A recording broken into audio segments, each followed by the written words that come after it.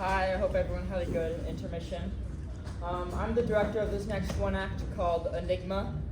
It was a really great pleasure working with my two actors. They put so much effort into this, and I think I had a great, I know I had a great time pushing them. I like to think that I pushed them to something that maybe they've not done before, or like a new kind of experience. So I really hope you guys enjoy. Woo!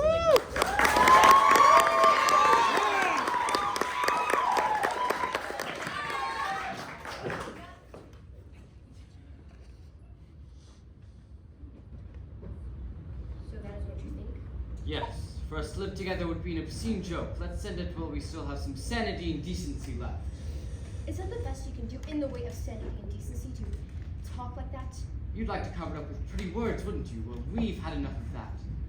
I feel as though my face had been covered with spider webs. I'd like to brush them off and get clean again. It's not my fault you got weak nerves. Why don't you try and behave like a gentleman instead of a hysterical minor poet? A gentleman, Helen, would have strangled you years ago. It takes a man with crazy notions of freedom and generosity to be the fool that I've been. I suppose you blame me for ideas. I'm past blaming anybody, even myself. Helen, don't you realize that this has got to stop? We're cutting each other to pieces with knives. You want me to go? Or I'll go, it makes no difference. Only you've got to separate, definitely and forever.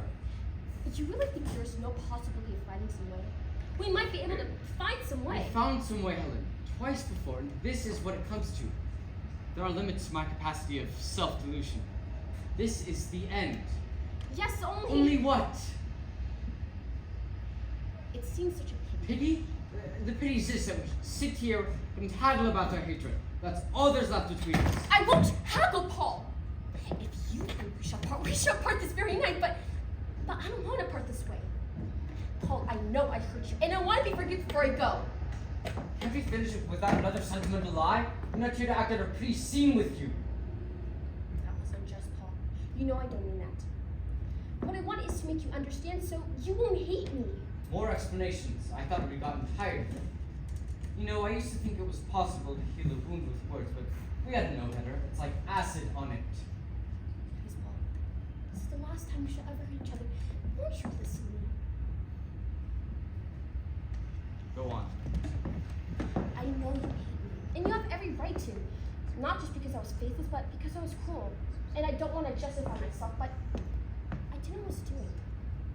I didn't know I was hurting you. We've gone over this 1,000 times. Yes, I've said that before, and you've answered that might hope for the first time, but not the second or the third. You convicted me of deliberate cruelty on that, and I never had anything to say. I couldn't say anything because the truth was too preposterous. It wasn't any use telling you before, but I want you to know the real reason. A new reason, eh? Something that I never confessed to you. Yes, it is true. I was cruel to you deliberately. I did want to hurt you. You know why? I wanted to shatter that Olympian serenity of yours. You were too strong, too self-confident. You had the air of being that nothing could hurt. You were like a god. That was a long time ago. Was I ever Olympian? I had forgotten it. Well, you did very well. You shattered it in me. You are still Olympian. And I still hate you for it. I wish I could make you suffer right now, but I have lost my power to do so. Aren't you contented with what you've done? It seems to me that I have suffered enough to satisfy even your ambitions. No, or you couldn't talk like that. You just sit there making phrases. Oh, I have hurt you. Will you recover? You always recover quickly. You are not human. If you were human, you would remember that we were once happy. I'd be a little sorry that it's all over. But you can't be sorry because you made up your mind to think nothing of that. That's an interesting and novel explanation. I wonder if I can make you understand. Paul, do you know I fell in love? I suppose something like that must have happened to us. Us? No, it happened to me. It didn't happen to you. You walked in with the air of a god on a holiday. It was I who fell. Headlong, dizzy, blind, and I didn't want to love you. It was a force too strong for me. It swept me into your arms, and I prayed against it. I had to love you, even though I knew you hardly cared. I had to love you. Because my heart was no longer in my own chest. It was in your hands to do what you liked. You could have thrown it in the dust.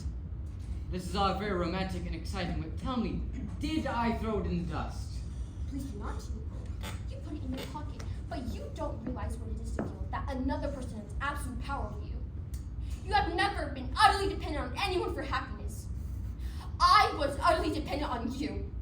It humiliated me, it angered me, and I rebelled against it, but it was no use. You see, my dear, I was in love with you.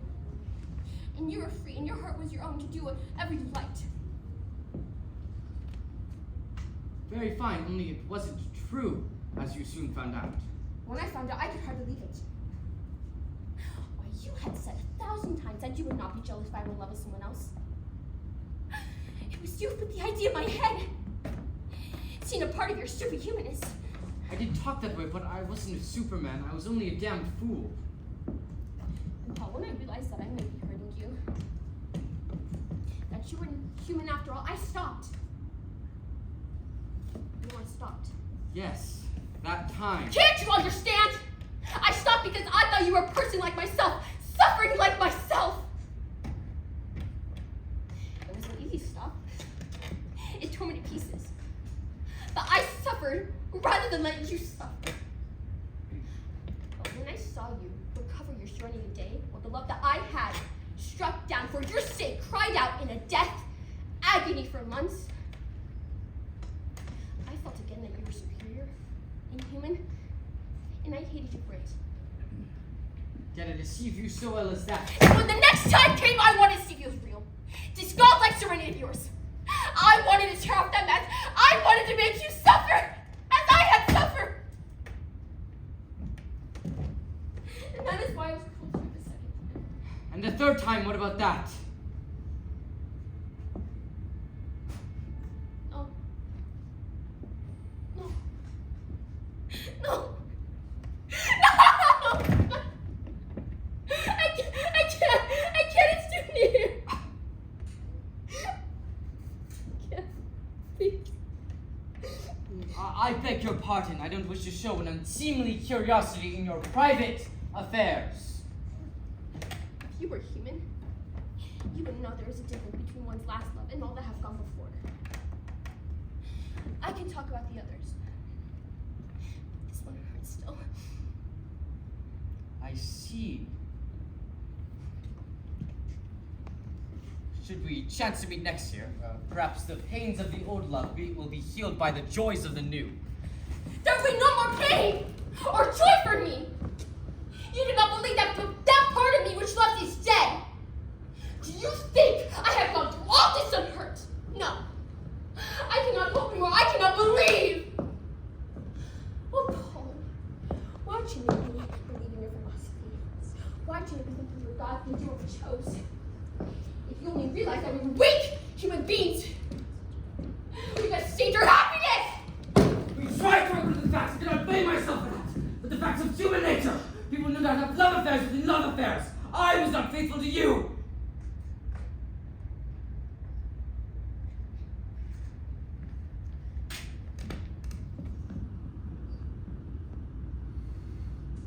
But you had the decency to be dishonest about it. You did not tell me the truth despite of all your theories. You knew better than to shake my belief in our love, but I trusted your philosophy and I flaunted my love before you. I never Be realized. careful, my dear. You're contradicting yourself. I know I am. I don't care. All I know is that I'm filled with remorse for what has happened. Why did it happen? Why did you let it be? Why did you stop me? I want it back. But Helen, Yes, our old happiness. Don't you remember how beautiful everything was, Paul? Give it back to me, Paul. do you really believe, Helen? I know we can be happy again, Paul. It was once all ours, and we can do it once more. Paul! Paul! Let me think. Oh, yes, you think then. Think of all the times I've been cruel to you. My wickedness, my wantonness, my poor attempts at our happiness. My lovers, yes, they guard and save yourself from many more discomforts. What do you mean?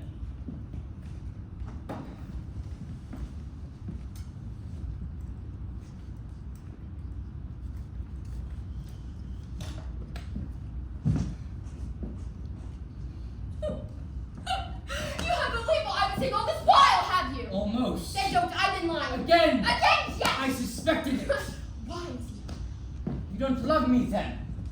Why should I? Do you want me to?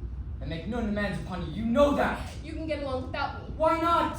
Good, then I'll tell you the truth. That would be interesting. I was afraid you did want me. And I was sorry for you, Paul. I thought if you did, I could try to make things up to you by starting over. If you wanted to.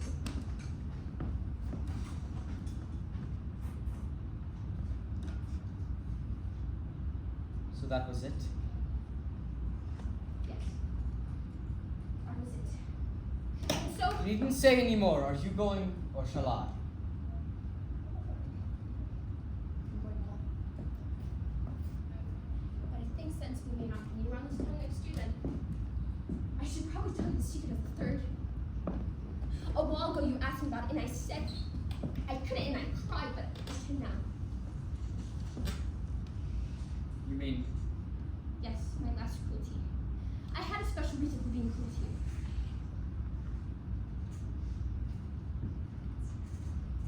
speak as you must. My reason was this. I had to learn what it's to love. And I knew that I never loved you, never. And I wanted you to hate me so much. I wanted you to hate me so much that you would never want to see me again. I wanted you to hate me so much that you would never again be one to near me again. I was terrified that if you were to welcome me in your arms again, then you would see me shudder and you would see the loathing and terror in my eyes. For even then, I cared about you little to spare you that.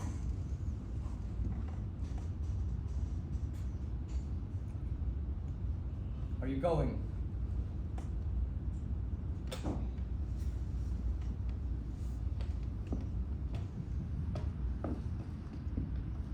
Did you notice the date? It's the 8th of June. Do you remember what that date is? We used to celebrate it once a year. It's the day of our first kiss.